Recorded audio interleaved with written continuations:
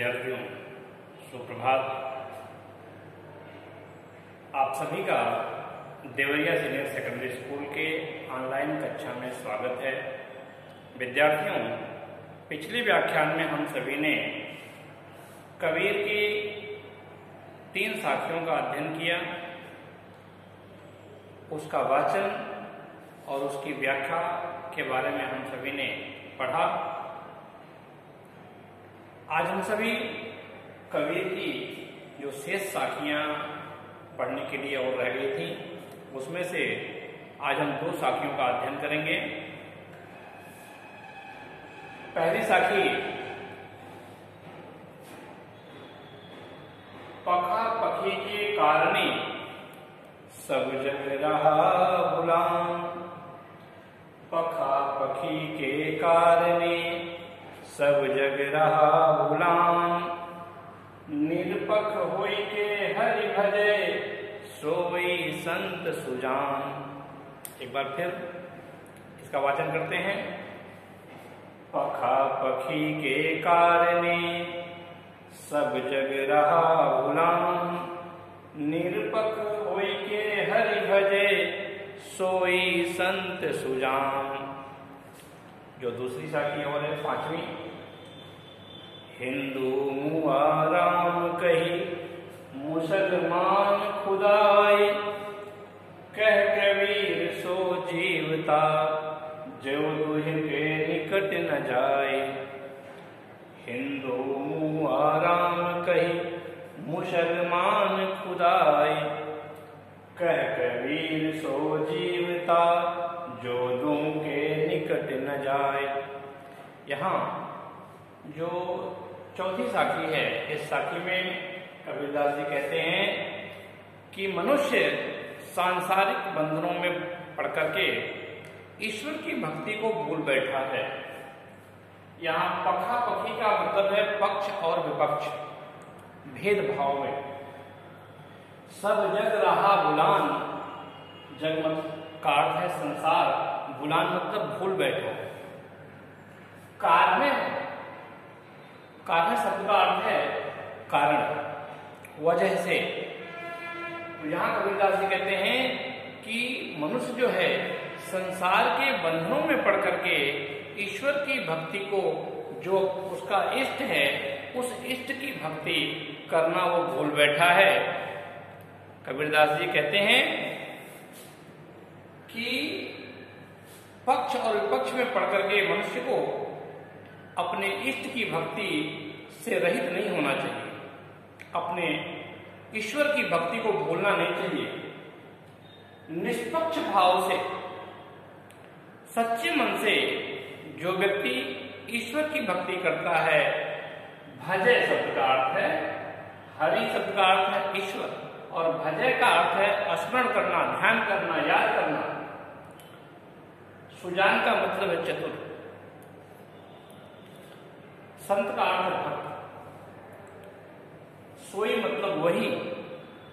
तो कबीरदास जी कहते हैं कि मनुष्य जो संसार के बंधन में पड़ करके ईश्वर की भक्ति को भूल बैठा है, उसको भेदभाव भुला करके, सांसारिक बंधनों का भेद भूल करके निष्पक्ष भाव से ईश्वर का ध्यान करना चाहिए, ईश्वर का भजन करना चाहिए।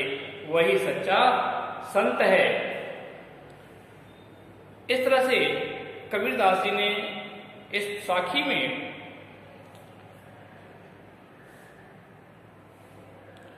भक्ति करने वाले को सच्चा संत कहा है। संत की संज्ञा से, सुजान की संज्ञा से सज्जन व्यक्ति कहा है। जो भक्ति करने वाला है उसे सज्जन व्यक्ति से, इसकी संज्ञा से विभूषित किया है। सोई संत सुजान, यहाँ पे लाइन है सोई संत सुजान। तो सोई संत सुजान में अनुप्रास अलंकार है। कबीरदास जी ने इन पंक्तियों में तुलनात्मकता का दर्शन होता है। कबीरदास जी ने इन पंक्तियों में तुलनात्मकता का दर्शन यथार्थ को दर्शाता है। कबीर की दूसरी जो अगली साखी है, हिंदू मुआ राम कही मुसलमान खुदाई, कह कबीर सो जीवता जो दूं के निकट न जाए। यहाँ कबीरदास जी ने जो इस साखी में हिंदू और मुसलमान दोनों के विचारों में मतभेद होने के बारे में बताया है। और कबीरदास जी कहते हैं कि ईश्वर तथा खुदा यह दोनों परमात्मा का एक ही रूप है। ईश्वर और खुदा दोनों परमात्मा का एक ही रूप है, परंतु जो मनुष्य है ये सांप्रदायिकता के कारण से राम और रहीम के भेद में पड़ा हुआ है। हिंदू राम राम रटते हुए मृत्यु को प्राप्त हो जाता है और मुसलमान अपने इष्ट खुदा को स्मरण करते हुए खुदा कहते कहते मृत्यु को प्राप्त हो जाता है, परंतु वास्तविकता सच्चाई से परे रहता है। कबीरदास जी ने दोनों के भेद को भुला करके जो अद्वैतवाद है उस अद्वैतवाद को भेद को भुला करके द्वैतवाद के बारे में कहा है। कबीरदास जी ने अद्वैतवाद में छिपे मतलब को बताते हैं। विचारों के इस भेदभाव पूर्ण सोच से ऊपर उठना ही जीवन की सार्थकता है, ये जीवन का सत्य है। अर्थात हिंदू और मुसलमान दोनों अपने अपने धर्म के अनुसार जो उनके इष्ट हैं उन्हीं के इर्द गिर्द ही सीमित रह जाते हैं। कबीरदास जी का कहना है कि इस संकीर्णता से हमें ऊपर उठना होगा। ईश्वर के भेदभाव से परे हट करके हमें जो मनुष्य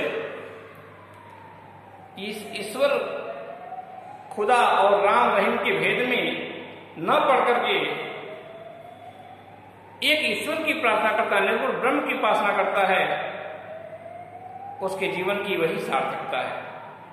विद्यार्थियों, यहाँ हिंदू और मुसलमान के परस्पर विरोधी विचारों को उजागर किया है। कबीरदास जी ने द्वैतवाद के प्रति विरोध जताया है। कबीर जी ने ईश्वर और खुदा शब्दों में जो भिन्नता है उस भिन्नता को अभिन्नता में परिवर्तित किया है। विद्यार्थियों, आज के लिए इतना ही। साखियों का शेष भाग अगले व्याख्यान में प्रस्तुत किया जाएगा। धन्यवाद।